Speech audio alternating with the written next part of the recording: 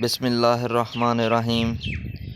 ناظرین، آج کا جو قیمتی وظیفہ میں آپ کو بتانے جا رہا ہوں، اس وظیفے کی اتنی برکت اور فضیلت ہے، انشاءاللہ جو بھی آپ کے بگڑے کام ہیں وہ سب ہو جائیں گے۔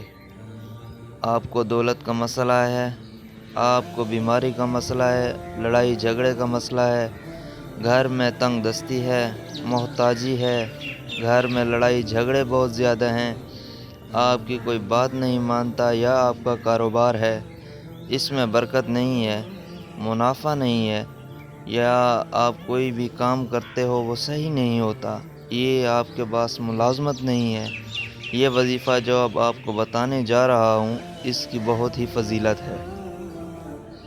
اللہ پاک نے خاص اپنے نبی کے لیے اس کو اتارا ہے، اور اس کی میں آپ کو کچھ فضیلت بھی بتاؤں گا۔ انشاءاللہ آپ کے تمام کام جو بگڑے ہوئے ہیں بن جائیں گے، جو بھی آپ کی زندگی میں مشکلات ہیں وہ حل ہو جائیں گی۔ آپ نے اس سورت کو کیسے پڑھنا ہے، کس ترتیب سے پڑھنا ہے، یہ اب طریقہ کار جان لیجئے۔ جب تک آپ کو طریقہ کار کا پتہ نہیں ہوگا پھر عمل اثر نہیں کرتے، کچھ خاص احتیاط ہوتی ہیں، تو اب اس کا طریقہ کار جان لیجئے۔ احتیاط میں سب سے پہلے یہ ہے کہ وقت آپ نے اس عمل کو کب کرنا ہے۔ آپ فجر، ظہر، عصر، مغرب، عشاء، تہجد کسی بھی نماز کے بعد کر سکتے ہو، اس میں کوئی پابندی نہیں ہے۔ جب بھی آپ کو وقت ملتا ہے آپ اس وظیفے کو کر سکتے ہو، اس میں کوئی پابندی نہیں ہے۔ کوئی بھی مرد کر سکتا ہے، کوئی بھی عورت کر سکتی ہے۔ اکثر کچھ مردوں کو بھی مشکلات کا سامنا ہوتا ہے، کیونکہ مرد بیچارے اپنی بیوی بچوں کے لیے، اپنا گھر پالنے کے لیے باہر محنت مشقت کرتے ہیں۔ اس طرح کچھ عورتوں کو بھی بہت سے مسائل ہوتے ہیں، وہ بھی اس عمل کو کر سکتی ہیں، اور لازمی کریں تاکہ آپ کی زندگیوں میں آسانیاں آئیں۔ دولت کے علاوہ جو بھی آپ کا مسئلہ ہے، بس آپ نیت رکھ کر یہ پڑھو گے، یہ عمل کرو گے تو آپ کے مسائل حل ہو جائیں گے۔ اس وظیفے کی برکت سے اللہ پاک کی خصوصی رحمت ہوگی۔ عورتیں اس کو خاص ایام میں بھی کر سکتی ہیں، اس میں بھی کوئی پابندی نہیں۔ اگر پہلے آپ کوئی عمل کرتے ہیں، کوئی وظیفہ کرتے ہیں، کوئی تسبیح کرتے ہیں، اس کے فوراً بعد اس عمل کو کیا جا سکتا ہے، اس میں بھی کوئی پابندی نہیں ہے۔ اور جب آپ اس عمل کو کریں گے تو خاموشی کے ساتھ کریں۔ ایسا نہیں ہونا چاہیے کہ آپ وظیفہ بھی کر رہے ہیں اور گفتگو بھی کر رہے ہیں، ایسا نہیں ہونا چاہیے۔ نہ آپ کو کوئی بلائے، نہ آپ کسی کو بلائیں، خاموشی کے ساتھ آپ نے اس وظیفے کو کرنا ہے، اور کہیں بھی بیٹھ کر کر سکتے ہو۔ لازمی نہیں ہے کہ مرد مسجد میں بیٹھ کر کریں یا عورتیں مصلی کے اوپر بیٹھ کر کریں۔ گھر میں جہاں بھی آپ کو جگہ ملتی ہے، چارپائی کے اوپر بیٹھ کر کر لیں، یا آپ بیڈ کے اوپر بیٹھ کر کر لیں۔ مختصر یہ ہے، جہاں بھی آپ کو جگہ ملے وہاں بیٹھ کر اس وظیفے کو کر سکتے ہو، کیونکہ بات ہوتی ہے نیت اور دل کی۔ اگر آپ واقعی سچی نیت سے کوئی کام کر رہے ہیں، اللہ پاک اس کے اوپر خصوصی رحمت کرتے ہیں۔ اس شخص کے اوپر جو نیت سے کرتا ہے اس کی ہر مشکلات دور کر دیتے ہیں۔ وقت کو مد نظر رکھ کے وظیفے کی طرف چلتے ہیں۔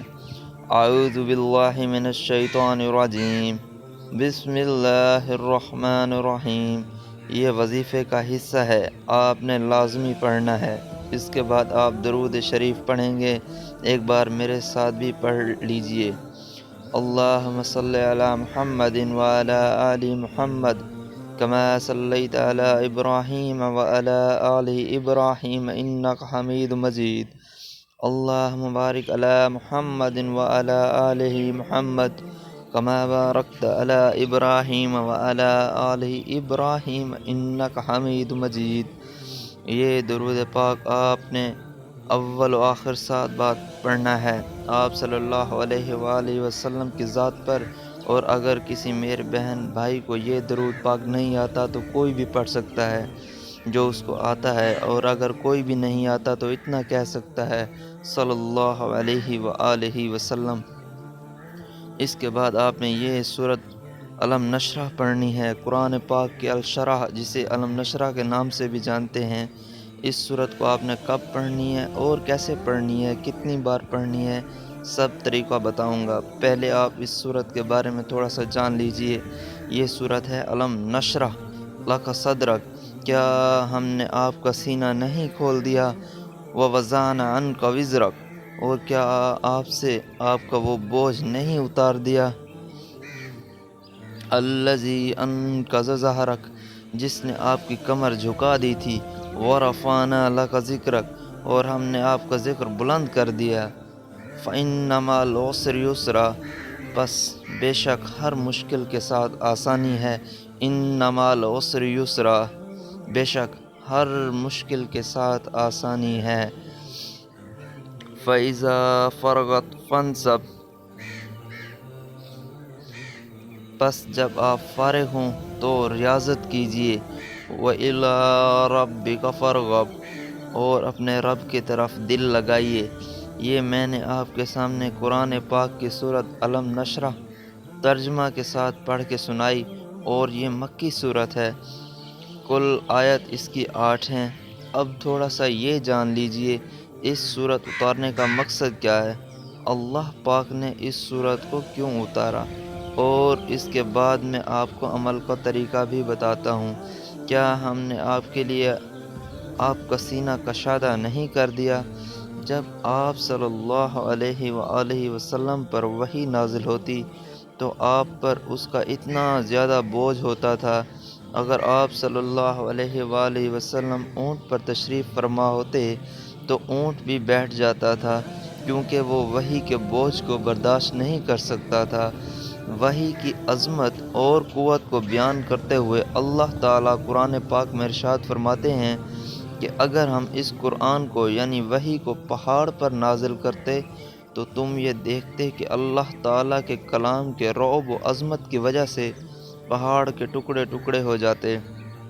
آپ صلی اللہ علیہ وآلہ وسلم پر اللہ تعالیٰ کا یہ عظیم و فضل کریم ہے کہ انہوں نے آپ کا سینہ مبارک کو کشادہ کر دیا، جس کی وجہ سے آپ کے لیے وحی کا بوجھ برداشت کرنا آسان ہو گیا۔ اس کے بعد اگلی جو آیت ہے وَوَضَعْنَا عَنْكَ وِزْرَكَ الَّذِي أَنْقَضَ ظَهْرَكَ، اور ہم نے آپ پر سے آپ کا وہ بوجھ اتار دیا جس نے آپ کی کمر جھکا دی تھی۔ اس آیت کریمہ میں یہ بھی بیان کیا گیا کہ اللہ تعالیٰ نے آپ صلی اللہ علیہ وآلہ وسلم سے اس بوجھ کو دور کر دیا جو آپ کے لیے انتہائی وزنی تھا۔ اس بوجھ سے مراد وحی کی کیفیت ہے جس سے آپ نزول وحی کے وقت بوجھ محسوس کرتے تھے۔ اس سے مراد یہ منصب رسالت اور نبوت کی ذمہ داری کا بوجھ بھی ہے جو آپ پر ڈالا گیا۔ آپ کو پوری امت تک اللہ کا دین اور قرآن کریم کا پیغام پہنچانے کی ذمہ داری دی گئی۔ اس کے بعد آیت ہے وَرَفَعْنَا لَكَ ذِكْرَكَ، اس کا ترجمہ ہے اور ہم نے آپ کے لیے آپ کی آواز شہرت بلند کیا۔ اس آیت کریمہ میں بھی اللہ تعالیٰ نے رسول اللہ صلی اللہ علیہ وآلہ وسلم کا اپنی بے پناہ محبت اور الفت کا تذکرہ کیا ہے، بلند ترین مقام و مرتبہ کو بیان کیا ہے جس سے نبی کریم صلی اللہ علیہ وآلہ وسلم سرفراز کیے گئے ہیں۔ رسول اللہ صلی اللہ علیہ وآلہ وسلم کو یہ شرف عظیم حاصل ہے کہ جب بھی اللہ تعالیٰ کا مبارک نام لیا جاتا ہے تو اس کے ساتھ رسول اللہ صلی اللہ علیہ وآلہ وسلم کا مبارک نام بھی لیا جاتا ہے۔ چنانچہ اسلام میں داخل ہونے کے لیے جو کلمہ پڑھایا جاتا ہے اس میں بھی اللہ تعالیٰ کے اسم گرامی کے ساتھ آپ صلی اللہ علیہ وآلہ وسلم کا مبارک نام لیا جاتا ہے۔ اس طرح اذان، اقامت، خطبہ، تشہد میں بھی اللہ کے ساتھ رسول اللہ صلی اللہ علیہ وآلہ وسلم کا مبارک نام لیا جاتا ہے۔ یہاں تک کہ اگر نماز میں رسول اللہ صلی اللہ علیہ وآلہ وسلم کا نام نہ لیا جائے اور آپ پر درود نہ بھیجا جائے تو نماز ناقص رہتی ہے۔ اس کے بعد آیت ہے فَإِنَّ مَعَ الْعُسْرِ يُسْرًا، إِنَّ مَعَ الْعُسْرِ يُسْرًا، تو بے شک ہر مصیبت کے ساتھ آسانی ہے۔ اللہ تعالیٰ کا نظام ہے، یہ دنیا مصائب و مشکلات کا گھر ہے، چنانچہ جہاں انسان اپنی زندگی میں مختلف قسم کی پریشانیوں اور مصیبتوں سے دوچار ہوتا ہے، کبھی صحت، کبھی مال دولت اولاد کی وجہ سے مصیبتوں کا سامنا کرتا ہے، تو کبھی زمین و جائیداد کو لے کر پریشانیاں جھیلتا ہے۔ انسان خواہ جتنا بڑے عہدے پر فائز ہو، اس کی زندگی میں کچھ نہ کچھ پریشانیاں ضرور آتی ہیں، چاہے وہ ذہنی و فطری پریشانیاں ہوں یا جسمانی اور جذباتی پریشانیاں ہوں۔ انشاءاللہ اس آپ وظیفے کو کریں گے، یہ سب پریشانیاں آپ کے اوپر سے دور ہو جائیں گی۔ اللہ پاک اس آیت کریمہ میں ہمیں یہ آگاہ بھی کرتے ہیں کہ ہم غمگین اور اداس نہ ہوں، کیونکہ ہر مصیبت کے بعد آسانی ہوتی ہے۔ لہٰذا اگر کوئی اللہ تعالیٰ کے دین پر ایمان رکھتا ہے، اللہ تعالیٰ کے وعدوں پر کامل بھروسہ رکھتا ہے، اور اللہ تعالیٰ کے کلام اور رسول اللہ صلی اللہ علیہ وآلہ وسلم کی باتوں پر مکمل یقین رکھتا ہے، تو وہ مصیبت کے بعد آسانی ضرور دیکھے گا، اور اس کی زندگی میں تنگی کے بعد خوشحالی ضرور آئے گی۔ اور جو آخری آیات ہے فَإِذَا فَرَغْتَ فَانْصَبْ وَإِلَىٰ رَبِّكَ فَارْغَب، اس کا یہ ترجمہ ہے کہ تو جب آپ فارغ ہو جایا کریں تو محنت کیا کیجیے عبادتوں میں، یعنی کہ اور اپنے رب ہی کی طرف توجہ رکھیے۔ اس آیت کریمہ میں اللہ تعالیٰ کی طرف سے آپ صلی اللہ علیہ وآلہ وسلم کو خطاب کیا جا رہا ہے کہ جب آپ دین کی دعوت اور تبلیغ اور دین کے مختلف شعبوں میں امت مسلمہ کی ہدایت اور رہنمائی کے فریضہ سے فارغ ہو جایا کریں، تو اپنے رب کی طرف متوجہ ہو جائیں اور عبادت میں ہمدن مشغول ہو جائیں، یعنی کہ اللہ پاک کی عبادت کریں۔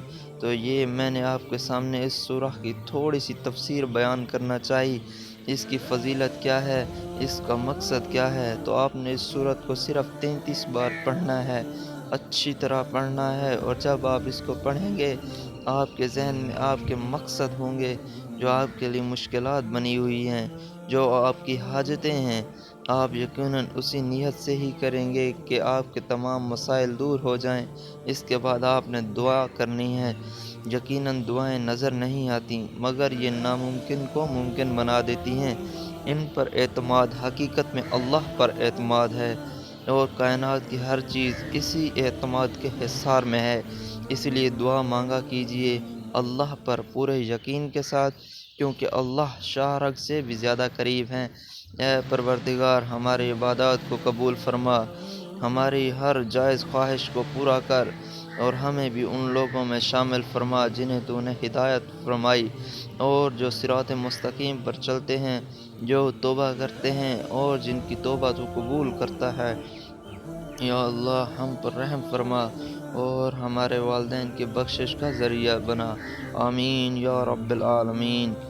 ویڈیو اگر پسند آئے تو لائک اور شیئر ضرور کیجیے گا، اور میرے چینل کو سبسکرائب ضرور کریں، تاکہ ایسا ہی فائدہ مند ویڈیو کا نوٹیفیکیشن ہر وقت آپ کو ملتا رہے۔